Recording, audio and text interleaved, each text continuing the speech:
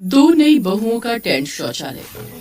सुबह 4 बजे पंकज सुरभि को हिलाते हुए कहता है, सुरभि उठो, शौच करने चलना है। अरे यार सोने दो, अभी उठूंगी तो चली जाऊंगी। उठने तक का इंतजार नहीं कर सकते? मैं अभी जा रहा हूँ, तुम यहीं बैठी रहो, फिर बाद में मत कहना कि शौच जाना है। सुरभि उठकर बैठ गई। ये क्या बार बार शौच कर रहे हो? बाथरूम नहीं कह सकते हो क्या? अभी मुझे नहीं जाना, तुम्हें आ रही है तो तुम जाओ। अरे यार, हमारे घर में टॉयलेट नहीं है, खेतों में जाना पड़ता है, दिन में सबके सामने कैसे कर पाओगी? क्या? ये क्या है? बिना टॉयलेट के कैसे रह सकते हैं यहाँ? उधर तेजस सोनी से भी यही कहता है। नहीं जाओगी तो पूरे दिन करने को भी नहीं मिलेगा, फिर पेट पकड़कर इधर उधर घूमती रहना। नहीं चलती हूँ। पता नहीं प्यार में और क्या क्या करना होगा। ये बात तुमने शादी से पहले क्यों नहीं बताई थी? ये सब छोड़ो, अभी चलो। चारों तेजस, सोनी, पंकज, सुरभि खेत की ओर जाते हैं। पंकज और तेजस अपने हाथों में लोटा और टॉर्च लिए खड़े हो जाते हैं और अपनी अपनी पत्नियों से जाने को कह देते हैं। सुरभि सोनी से कहती है, यार इतनी पढ़ाई इस तरह जंगल में बाथरूम जाने के लिए की थी। अब तो मुझे पछतावा हो रहा है, क्यों मैंने अपने घर वालों के खिलाफ जाकर शादी की। तभी पंकज और तेजस कहते हैं, बातें उजाले में भी हो सकती हैं, हमें भी जाने, देर मत करो। दोनों सुरभि और सोनी माथे पर हाथ रखकर शौच करती हैं और फिर दोनों जुड़वा भाई पंकज और तेजस भी शौच कर घर वापस आते हैं। पंकज और तेजस दोनों जुड़वा भाई शहर पढ़ने के लिए जाते हैं और वहीं उन दोनों को सुरभि और सोनी से प्यार हो जाता है और दोनों शादी करके उन्हें अपने गांव ले आते हैं। रोते रोते सुरभि सोनी से कहती है, सोनी इस तरह रोने से कुछ नहीं होगा, हमें सासू माँ से बात करनी होगी, वो भी तो एक औरत है, हमारी बात समझेगी। हाँ तू ठीक कह रही है। दोनों सोनी और सुरभि सुलोचना के कमरे में जाती हैं और उससे कहती हैं, सासू माँ क्या हमारे घर में हम टॉयलेट बनवा सकते हैं?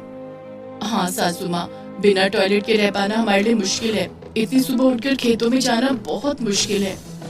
क्या?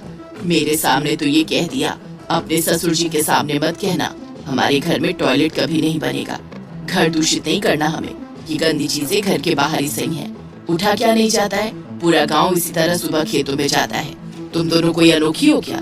गांव की क्या औरतें नहीं हैं? अपनी आदतें बदलो, कुछ दिन थोड़ा अजीब लगेगा, फिर तुम दोनों को भी आदत हो जाएगी। सुलोचना उन दोनों की एक नहीं सुनती है। अब क्या करूं? इस तरह तो मैं रह ही नहीं पाऊंगी, मुझे तो कभी भी प्रेशर आ जाता है। आधी रात को क्या अब हम जंगल में जाएंगे? अगर कभी दस्त हो गए तो क्या करेंगे? बार बार जंगल में भागेंगे? कुछ न कुछ तो करना होगा। उसी रोज रात को सोनी के पेट में दर्द होने लगा और वो उठ जाती है। सुरभि तेजस को हिलाते हुए कहती है, तेजस मुझे प्रेशर आ रहा है। क्या यार, अभी इतनी रात को कौन जाता है? मुझसे बर्दाश्त नहीं होगा, वरना यही कर दूंगी। नहीं, यहाँ मत करना, पापा खा जाएंगे मुझे। तेजस नींद में उठकर सोनी को जंगल ले जाता है। जंगल में शौच करते वक्त एक सांप वहाँ जाता है और सोनी चीख कर उठकर भागने लगती है। सांप सांप! कैसे कोई यहाँ जाए? इतने डर और खुले में उतरेगा भी क्या? अरे यार कुछ नहीं होगा, तुम करो ना, ऐसे सांप तो यहाँ रोज निकलते हैं, कोई डर की बात नहीं है। सोनी लोटा वहीं पटक देती है और दोनों घर चली जाती है। इधर सुबह सुबह सुरभि को भी बहुत जोर का प्रेशर आने लगता है और वो लोटा और टॉर्च लेकर अकेले ही जंगल में चली जाती है। जंगल में साफ सुथरी जगह देखकर सुरभि टॉर्च जलाकर शौच करने बैठ जाती है। अब जाकर आराम लग रहा है। इतने में ही वो देखती है कि साइकिल पर मणिराम चला रहा है। ससुर को अपने सामने इस तरह देखकर सुरभि पानी पानी हो जाती है और भागती हुई घर जाती है और पंकज से रोते हुए सब बताती है। अभी भी तुम कुछ मत करना, मेरी इज्जत की तुम्हें कोई फिक्र नहीं है, मैं अब एक पल भी यहाँ नहीं रहूंगी, मैं जा रही हूँ अपने मायके। सुरभि रोते हुए अपना बैग पैक करने लगती है। तभी सुरभि का हाथ पकड़ते हुए पंकज कहता है, कहीं नहीं जाओगी तुम, मैं कुछ करता हूँ। पंकज उसी वक्त तेजस से बात करता है और दोनों भाई मिलकर टेंट शौचालय ऑर्डर कर देते हैं। अगले दिन टेंट शौचालय मणिराम के घर पहुंच जाता है और पंकज और तेजस मिलकर उसे छुपा देते हैं। आज रात में सुरभि को सरप्राइज दूंगा। सोनी स्टैंड शौचालय को देखकर बहुत खुश होगी। दोनों भाई रात को अपनी अपनी पत्नियों को टेंट शौचालय गिफ्ट करते हैं। अब तो अपने मायके नहीं जाओगी ना? कभी नहीं। थैंक यू पंकज, वरना मेरा दम ही घुट जाता, इतने लोगों के हगे हुए में जाया भी नहीं जाता। उधर तेजस सोनी से कहता है, अब जब चाहो तब जा सकती हो, बिना किसी डर के। थैंक यू तेजस, तुम बहुत अच्छे हो। इतना कहकर सोनी तेजस को हक कर लेती है और कमरे में ही टेंट शौचालय खोल लेती है। यूज तो करो, इतनी मुश्किल से तो आया है। सोनी और सुरभि खुशी से पागल हो जाती हैं और बार बार टेंट शौचालय में जाने लगती हैं। पूरी रात अंदर बाहर करती रहोगी, सोना नहीं है? इतने दिनों के बाद खुश तो होने दो। अब सुरभि और सोनी बहुत खुश हो जाती हैं और आराम से बिना किसी तकलीफ के रहने लगती हैं। दिन बीतने लगते हैं और सुरभि और सोनी आराम से अपने टेंट वाले शौचालय में शौच करती हैं। उधर मणिराम सुलोचना से कहता है, आजकल बहुएं शौच के लिए जाती नहीं है।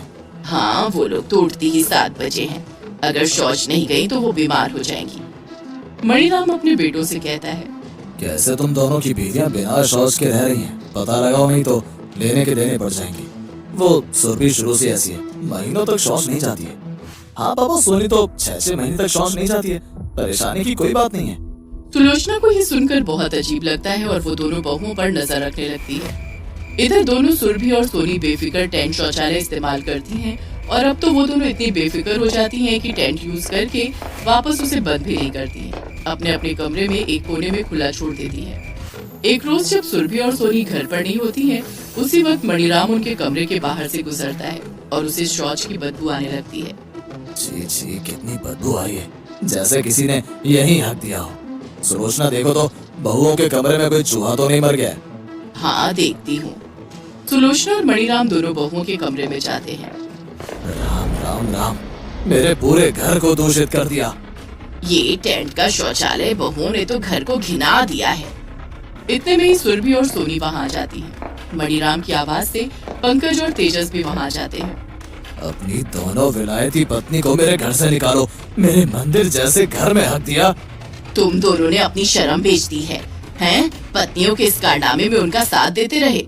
टेंट के पैन में हगा हुआ पड़ा है। बेशरम लड़कियों, इन टेंट को यहाँ से फेंको।